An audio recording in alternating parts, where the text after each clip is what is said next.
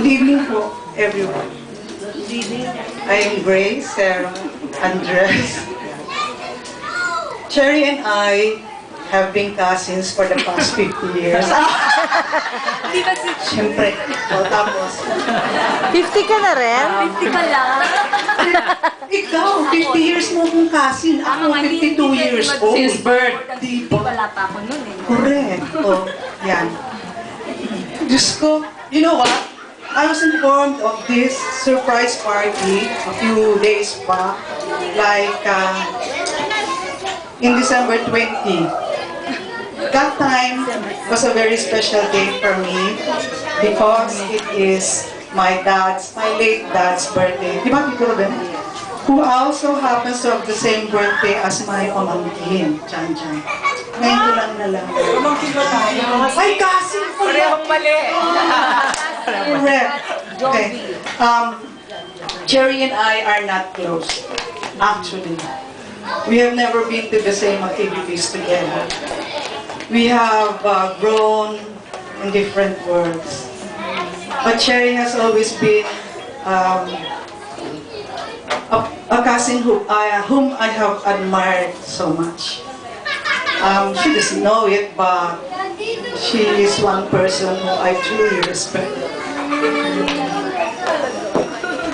Nako, tissue. Alam mo, mahal kita kasi you are someone whom I would want to be. Gian, give tissue. Dentista to. Cherry, if you guys all know, also passed the college entrance exam of the University of the Philippines.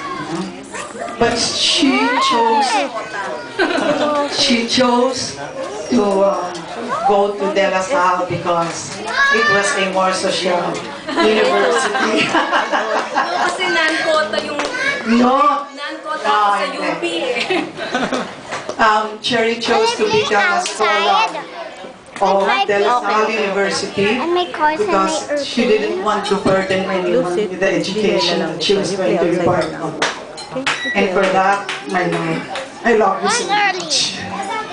Also, You give first to Tita Grace. To Tita Grace. Give. ba't ako pang naiiyak? Ikaw na. Tita Grace! Tita Grace! Thank you. When Anjet told me, Ate, surprise lang ha, sabi niya. And then she was telling me that they're going to organize a surprise party for Cherry. Kahit magkano ang pamasahe ko, pupuntahan kita. Kasi as we go old, we often see each other in very sad reunions. And I'm not going to allow it to happen again. So I would want to be here on a very special occasion of the 50th birthday of my cousin. Oh! Double, ha? Birthday rin pala ng aking dalawang first cousin. Di marami sasabihin, sandali. Hanapin ko pa. Intro pa lang pala. Intro pala. Sige, tutuloy ko lang.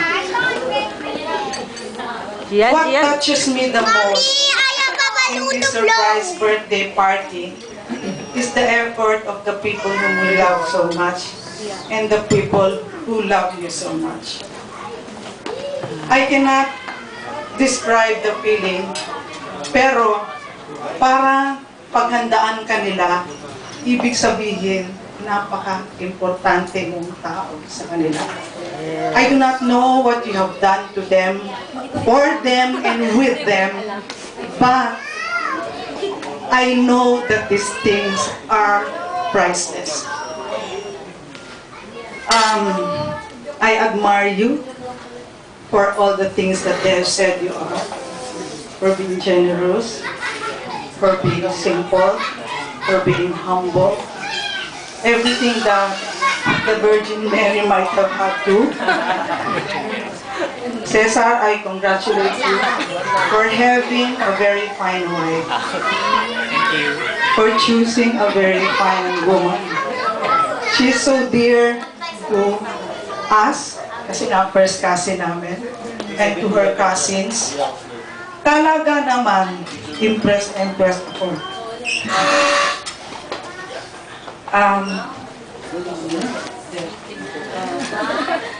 Paano ba? Nineneg. Parang Sa prescription. studio, Cherry and I were never close. The closest time that we had with each other was when she had an affair with my husband. Oh my God. Sorry ha, sinabi ko na. Kasi yung husband ko, dentist niya. Yun ang relationship nilang dalawa. May iba pa bang asawa sa atin? Mas madalas ko siya nakita ng pasyente siya ng asawa ko kaysa sa nung times na bata pa kami. And my husband has seen the most intimate part of Cherry that you have not seen or touched yung ipi niya. Anyway, I also thank you for that kasi dahil sa'yo, nakagraduate ang asawa ko. Bongga, di ba? Ako yung project. At napaganda ka na ng konti. Anyway, to all of you friends, in behalf of my cousin Cherry, I'd like to thank you. I know that she is well loved, and I'm so proud of you. And I hope I will have children like you. And I wish you a very happy birthday. May you have many more to come. Happy New Year, everyone. Good evening.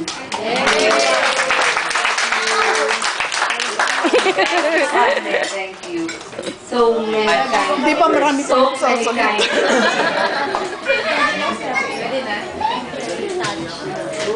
Okay, so here's our video from our cousin, si Cello, and her husband, si Boy from Canada. Hi, Cherry. Happy birthday. Hope you enjoy your day. God bless you. Okay? Hi, Cherai. Happy birthday. It's your golden year. May you have many more years to come and